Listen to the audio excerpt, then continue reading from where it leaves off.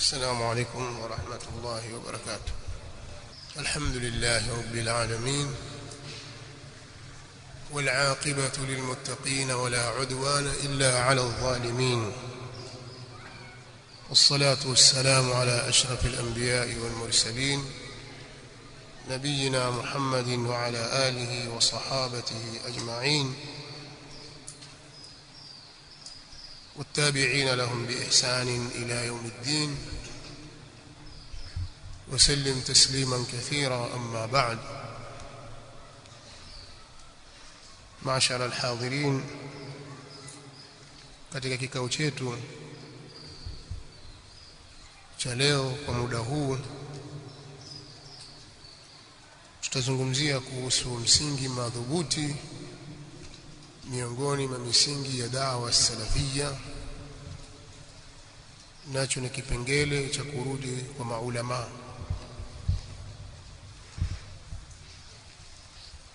As-salafiyun ahlus sunnah wal jamaa, miongoni mwa misingi yao ambayo wameafikiana juu yake ni kwamba mambo yote ya dini yatarejeshwa kwa maulama waliosimama katika misingi ya haki juu ya kitabu cha Allah na sunna za Mtume Muhammad sallallahu alayhi wa alihi wasallam. Na katika fadhila zake Allah subhanahu amejaalia katika kila zama kuwepo kwa maulama.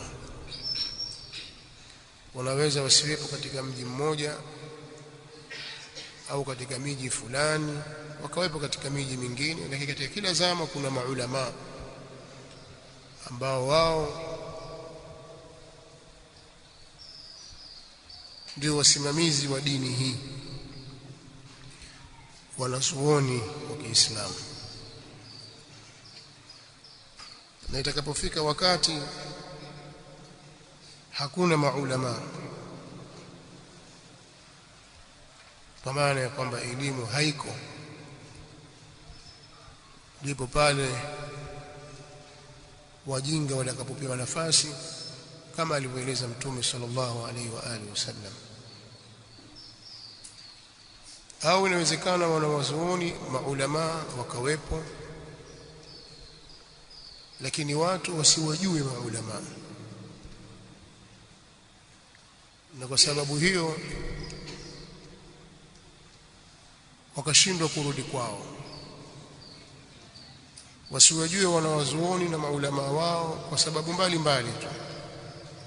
Miongoni mwa hizo ni kudharauliwa wanawazuoni hao na kutwezwa na kuonekana si kitu chochote, na wale wababaishaji wakapewa nafasi wakionekana kuwa ndio wasemaji wa Uislamu, ndio mashekhe.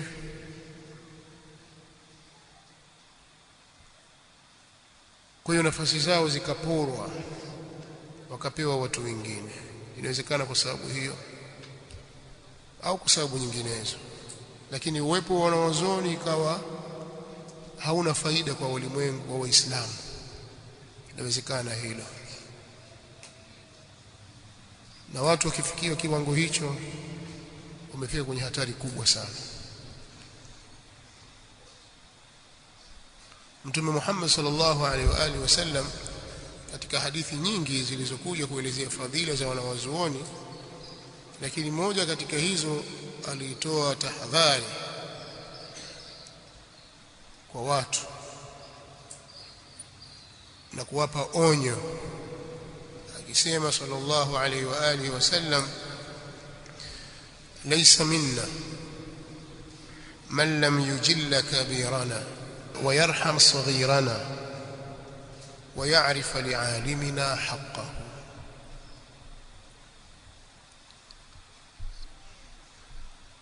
Huyo si katika sisi mtu ambaye hamuheshimu mkubwa wetu,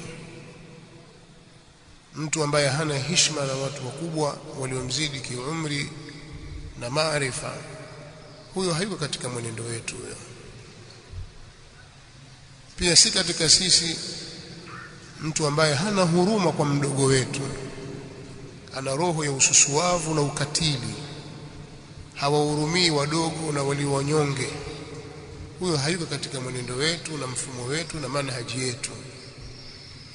Na pia sio katika sisi mtu ambaye haijui haki ya mwanachuoni wetu. Huyo hayuko katika manhaji yetu na njia yetu. Hadithi hii ni hadithi sahihi, ameitaja al-Imam Ahmad katika musnad wake, hadithi nambari 22807 kwenye al-Musnad, na wengineo katika wanawazuoni wa Kiislamu wameitaja hadithi hii na ni hadithi sahihi. Mahali pa kuweka nukta na yule ambaye haijui haki ya mwanachuoni wetu. Wako wanawazuoni waliosimama sawa sawa, wanawachuoni wa haki, lakini pia wakati huo huo kuna wanawazuoni wa batil, wanawazuoni wapotofu wapo, na katika kila zama itakuwa hivyo. Lakini sisi tunawazingatia ni wale wanawazuoni waliosimama katika njia ya sawa sawa, wana ilmu, wana hofu ya Allah subhanahu wa ta'ala. Talibul ilmi, mwanafunzi, kadhalika muislamu wa kawaida tu, anatakiwa awajue wanawazuoni ambao jambo lake atalirejesha kwao. Ulimwengu una mambo mengi sana, na kila uchao kuna mambo yanazuka. Mara limetokea hili, mara limetokea lile. Kuna hali ya amani, kuna hali ya vita, hali ya amani, hali ya hofu, mitikisiko na mambo mbalimbali yanajitokeza katika ulimwengu. Matukio makubwa yanayogusa ulimwengu wa Kiislamu. Wewe marejeo yako ni wapi? Sasa huko mitandaoni kuna watu wamevaa majoho na makoti ya maulama, wanazungumza kwa lugha ya ilmu. Wewe huwajui.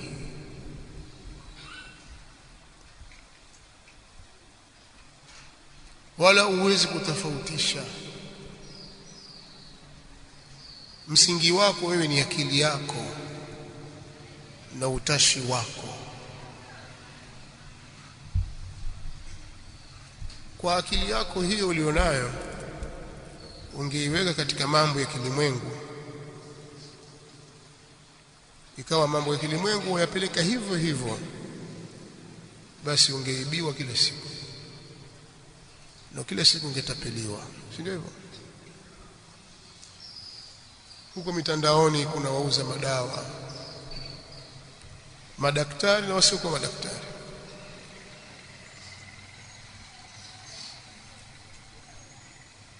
Sawa. Huko mitandaoni kuna matapeli wa kila aina, na kuna watu wanatapeliwa. Lakini bila shaka wewe kuna mambo umeyasomea, yamekupa maarifa yale ndio unayatumia katika kutofautisha baina ya hili na lile, kwamba hapa sasa natapeliwa, hapa sasa ni kadha. Bali nyinyi mnafahamu kwamba kuna mikataba mingi mnayotaka kuifanya au mnaoifanya au mnaendelea kuifanya. Nyinyi hamthubutu kuifanya mikataba hiyo mpaka mshirikishe jopo la wataalamu wa mambo hayo, usije ukaibiwa. Pamoja na kwamba umesoma, umesoma lakini hii sifa ni yako, wewe umesomea kitu kingine, lakini kuna jambo hili sasa itakuwaje? Tumtafute mwanasheria mzuri wa mambo ya ardhi, tulihakiki hili jambo, tuangalie itakuwaje. Unawatafuta wataalamu, kwa sababu kinyume cha hivyo jambo lako litaharibika. Umepatwa na shida fulani hivi ya kiafya, waona kwamba kwa hili lazima nimfuate mtu fulani, hata nitatulia jambo hili, hospitali fulani, kwenye vipimo fulani, ujiendee tu. Lakini katika jambo la dini ukizunguka utakuta asilimia kubwa watu hawana utaratibu huo. Utaratibu huo haupo. Yani mambo yote tutatafuta wataalamu wanaohusika katika mambo hayo, ila dini. Akijitokeza mtu tukavaa kilemba na kanzu nzuri, aweza kusema huyo afaa. Hili ni tatizo. Sasa dawa salafia yakwambia hapana, jambo hili lazima ulipeleke kwa misingi ya kisawasawa, marejeo yako yawe ni kwa maulama, na Qur'ani inatuelekeza hivyo. Ukisoma aya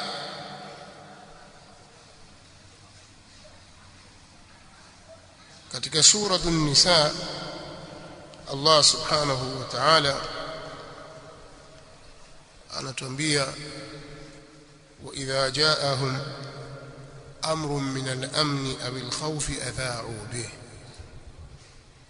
ولو ردوه إلى الرسول وإلى أولي الأمر منهم لعلمه الذين يستنبطونه منهم ولولا فضل الله عليكم ورحمته لاتبعتم الشيطان إلا قليلا. الله سبحانه ataka watu warejee kwa wanawazuoni, kwa anasema linapowajia wao jambo lolote, linapowajia waislamu jambo lolote. Lakini hapa wanazungumziwa watu wenye tabia ambayo si sawa sawa. Tabia zao wao ni kueneza uvumi, kila jambo linalokuja basi wao wanalieneza kwa kasi. Sasa anasema linapowajia wao jambo lolote linalohusu amani au hofu, wao wanalitangaza haraka haraka. Adha'u bi, vita, mapinduzi, maandamano, si kitu gani, wao haraka haraka wanaeneza zile habari. Usikia huko, usikia hivi, angalia fulani kafanya hivi. Adha'u bi. Sasa Allah subhanahu anasema walau radduhu ila ar-rasul wa ila ulil amri minhum, laiti wangelirudisha jambo hilo kwa mtume sallallahu alaihi wasallam wakati yuko hai, basi watu wangerudi kwa mtume sallallahu alaihi wasallam. Amekufa, warudi kwenye sunna zake. Wangelirudisha kwa mtume sallallahu alaihi wasallam au kwa wenye mamlaka, wenye uwezo, wenye ilmu, wanawazuoni miongoni mwao, wangelirudisha jambo hili. Tafsiri ya wanawazuoni na nguvu zaidi kwa sababu ya maneno ya hapo mbele. Wangelijua wale ambao wanayachimba mambo miongoni mwao, wana uwezo wa kuyachimbua mambo ndani kabisa na wakayatolea hukumu. Wangewarejeshea wale, wakarejeshea wale wangewapa hukumu kwamba hapana, msihadalike na jambo hili, subirini, fanyeni subra, jambo haliko hivyo, huu ni mtego, msiingie kwenye jambo hili. Lau wangelirudisha jambo hili kwa wanawazuoni walio na uwezo wa kuyachimbua mambo, walau radduhu ila ar-rasul wa ila ulil amri minhum la'alimahu alladhina yastanbitunahu minhum. Huo ndio utaratibu. Sisi waislamu ndio mfumo wetu na ndio utaratibu wetu. Jambo limetokea ni katika hali ya amani au hali ya hofu, maadamu ni jambo kubwa linaugusa umma, sisi tunatakiwa tulirudishe kwa wataalamu wetu, watuchimbulie jambo lile, hukumu yake ni ipi, tufanye nini katika hali kama hii. na hizo ni fadhila za Allah kwetu.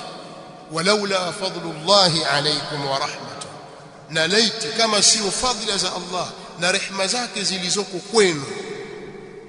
Hii ni fadhila ya Allah, kwamba sisi turudi kwa Mtume sallallahu alaihi wasallam, turudi kwa wanawazuoni wetu. Hizi ni fadhila za Allah na ni rehema zake. Kama si utaratibu huu, lattaba'tum ash-shaytana illa qalila, basi mngelimfuata shaytan isipokuwa wachache tu. Kwa maana ya kwamba yoyote ambaye huu si utaratibu wake atakuwa anamfuata shaytani. Kama huo sio utaratibu wako wa kuamiliana na matukio na majanga na mambo mbalimbali yanayojitokeza ulimwenguni yanayowahusu Waislamu na wengineo wasiokuwa Waislamu, kama huo sio utaratibu wako wewe ni mfuasi mzuri kabisa wa shaytani. Hii ni aya, walaula fadlullahi alaykum wa rahmatuhu lattaba'tum ash-shaytana illa qalila, mngelimfuata shaytani isipokuwa watu wachache sana. Al-Imam As-Sa'di rahimahullahu ta'ala katika tafsiri yake alipoileta aya hii, alipoitaja aya hii akasema, hadha ta'dibun min Allah li'ibadihi an fi'lihim hadha ghairi al-la'iq, huku ni kuwatia adabu. Allah anawatia adabu waja wake kutokana na vitendo vyao visivyolingana na wao, vitendo vyao visivyo sawa. wa annahu yanbaghi lahum idha ja'ahum amrun min al-umuri al-muhimma wal masalih al-'amma ma yata'allaqu bil amni wa sururi al-mu'minin aw bil khawf alladhi fihi musibatun 'alayhim an yatathabbatu wa la yasta'jilu bi isha'ati dhalika al-khair, na kwamba inatakikana kwao linapowajia wao jambo lolote miongoni mwa mambo muhimu yenye maslahi na Waislamu, yenye maslahi ya kuwaenea watu wote katika mambo ambayo yanafungamana na amani na furaha kwa waumini, au mambo ya hofu ambayo ndani yake kuna msiba dhidi yao, wanatakiwa wafanye uthibitisho na wala wasifanye haraka kueneza habari hiyo, bali wayarudishe kwa Mtume sallallahu alaihi wasallam na kwa wenye mamlaka miongoni mwao, wenye rai za sawa sawa na elimu warudishe kwao, na wenye akili na uwezo wa kuyapima mambo, ambao wanayajua mambo yenye maslahi kwenye umma na kinyume chake.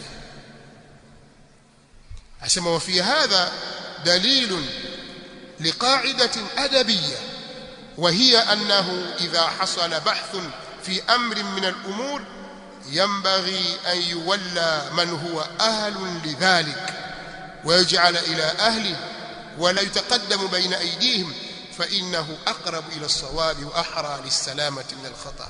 na katika hili kuna ushahidi wa msingi wa kiadabu, nao ni litakapopatikana jambo lolote linalohitajia utafiti miongoni mwa mambo ya kilimwengu, mambo ya kidini, yatakikana kusimamiwa jambo hilo na wenye sifa zinazostahiki na kuwekwa kwa watu wake, wapewe jambo hilo, wakabidhiwa watu wake, wale wasitanguliwe mbele yao, kwa sababu kufanya hivyo ndio kukurubia na kusogelea usawa. Kwa hiyo mambo yanapotokea yanahusu umma, umesikia kuna vita mahali, kuna mambo mahali yametokea, janga fulani limetokea, usipaparike haraka haraka ukataka kulitolea ufafanuzi jambo lile. Jambo hili lirudishwe kwa watu wake ili wafanye upembuzi yakinifu katika jambo hilo, alafu wazungumze kwa maslahi ya umma. Kisha akasema, wa fihi an-nahyu 'anil 'ajala wat-tasarru'i li nashri al-umuri min hini sama'iha, ndani yake katika jambo hili kuna makatazo ya kufanya haraka haraka na kuyapapia mambo na kuyaeneza wakati wa kuyasikia tu, uliposikia tu ukaanza kueneza habari ile. Wal amru bit-ta'ammul qabla al-kalam wan-nadhar fihi, na watu wanaamrishwa kuzingatia kwanza, kutafakari kabla ya kuzungumza.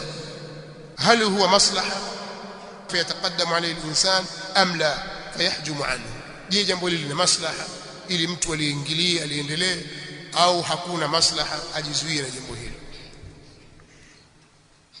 Ukitazama maelezo ya mwanachuoni huyu na wanawazuoni wengine walipokuwa wakielezea aya hii, wanatuongoza kwamba mambo yoyote yanayotokea kwenye umma sisi tunatakiwa turudi kwa wanawazuoni wetu. Lakini swali, twawajua? Lakini katika namna ya kuififisha aya hii na kuteketeza na kuunyong'onyeza msingi huu, kitu cha kwanza ni kujengwa dharau kwa wanawazuoni. Wanapewa wanawazuoni na wanasimikwa cheo cha wanawazuoni na elimu watu wasiostahiki. Pia hao wanaostahiki wananyongeshwa kwa kutuhumiwa kwa maneno mbalimbali na lugha chafu za kuwakejeli, ili tusiwe na imani nao tena. Tukishakosa imani na wanawazuoni wetu, basi sisi tutarudi kwenye nafsi zetu, tutahukumiana wenyewe kwa wenyewe mpaka mambo yatakapokuwa yameshaharibika. Sasa itakuwaje? Kumbe ilikuwa hivi mambo yashapita na ushaharibu, na wewe uchangia katika hilo.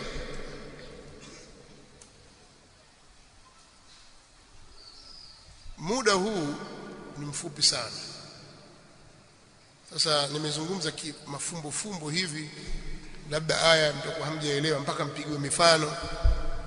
Nitawapigia mifano insha Allah juu ya baadhi ya matukio yaliyotokea katika ulimwengu wakati wa nyuma na wakati wa sasa.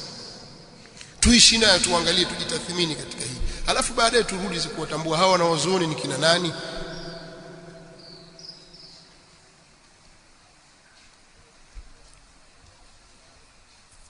Kwa vijana wenye miaka 30 hivi, hauwezi kusema kwamba mtakumbuka hamkumbuki kitu, sababu ni matukio yalitokea mwanzoni mwa miaka ya 90. Kutoka mwaka 90 mpaka leo ni miaka 35. Ni wachache sana wenye miaka hiyo baina yenu. Wapo kiasi, lakini wengi wenu bado, si ndio hivyo? Ukisema baba wenye miaka 35 wasimame, ina maana yale matukio yakitokea wao ndio wamezaliwa. Pia atakuwa hawana kumbukumbu. Waliona miaka 40, ina maana alikuwa ndio pengine wa kuchekechea huko. Sidhani kama walikuwa labda wakiabashi, labda waliyasikia kidogo kaka zao na wazee wao matukio hayo kwamba litokea tukio fulani. Mwaka 1990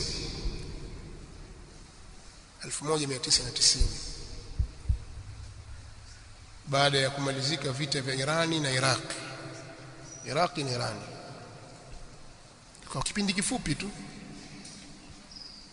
Saddam Hussein ambaye alikuwa ni rais wa Iraq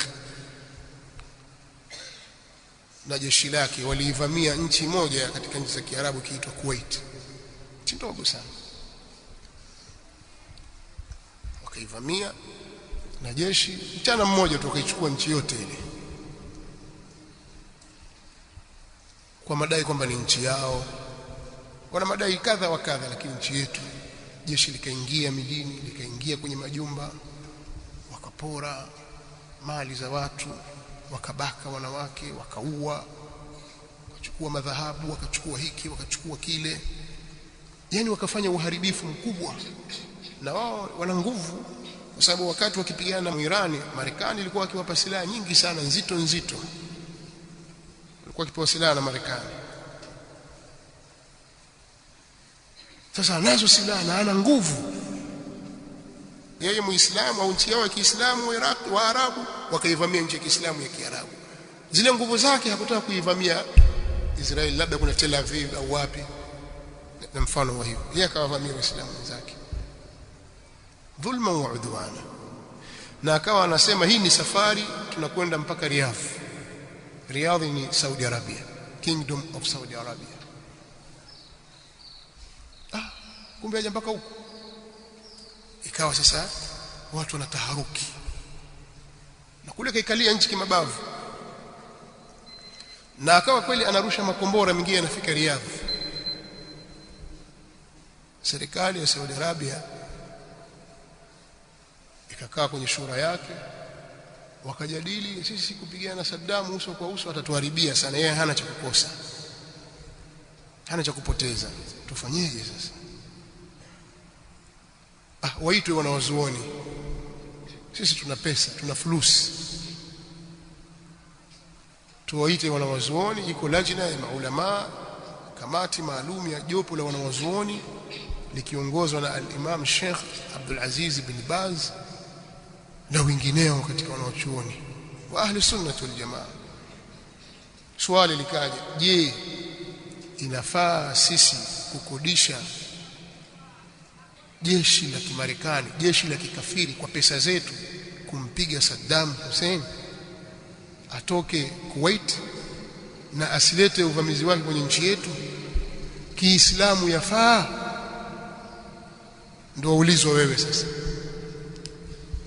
Tumlete kutoka Marekani na pengine kuna kambi zake za kijeshi zipo, lakini alete silaha, sisi tutalipa dola bilioni ngapi tutampa, lakini atoke pale na asije huku kwetu.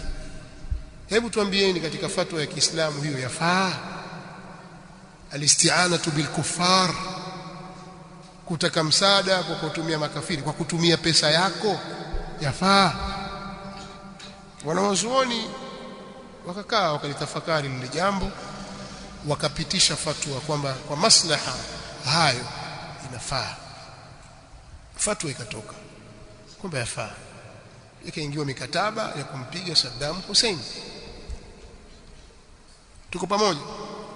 Kipindi kile kile wakatokea baadhi ya wanaharakati, vijana wadogo kwa wakati huu, miaka 30 na ngapi, 40, vijana wale si katika wanaozuoni wenye kuzingatiwa kwa wakati huo, wakatoka na kufanya mihadhara kuonyesha kwamba jambo hili halifai, haifai, itakuwaje na nini. Kwanza hii sio kujilinda, huku ni kutawaliwa, mmeleta makafiri katika nchi za Kiislamu.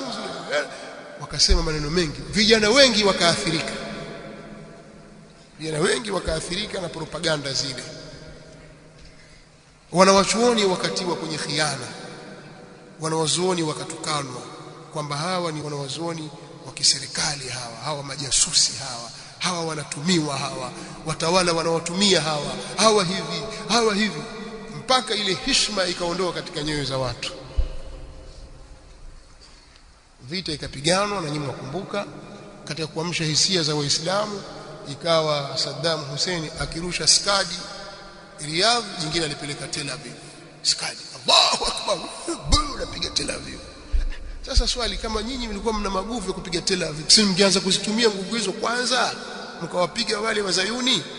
Mbona mmewavamia Waislamu wenzenu mpaka sasa mapigwa ndio mapeleka kombora Tel Aviv? Maana yake nini? Lakini kutaka kuamsha zile hisia, sasa ikawa makundi makubwa ya Waislamu duniani wanamsupport Saddam Hussein. Skadi nyingine imeandikwa Khalid bin Walid. Lakini ni kutaka kuamsha ile hisia za watu, na watu hisia zao zikaamka kikweli kweli. Lakini vita ilikwenda, Saddam Hussein akapigwa na jeshi lake likatoka Kuwait, na akaacha kulishambulia nchi za jirani ikiwemo Saudi Arabia. Swali, je, jambo hili, fatwa iliyotoka kwa wanawazuoni, ni fatwa halali au fatwa ya haramu? Je, yafaa kuwatangulia wanawazuoni kwa mujibu wa aya hii? Vibaraka hao, maaskofu hao, Ibn Baz nani, hawana kitu bwana. Wale wakishasema mfalme kasema, basi adhini kwanza.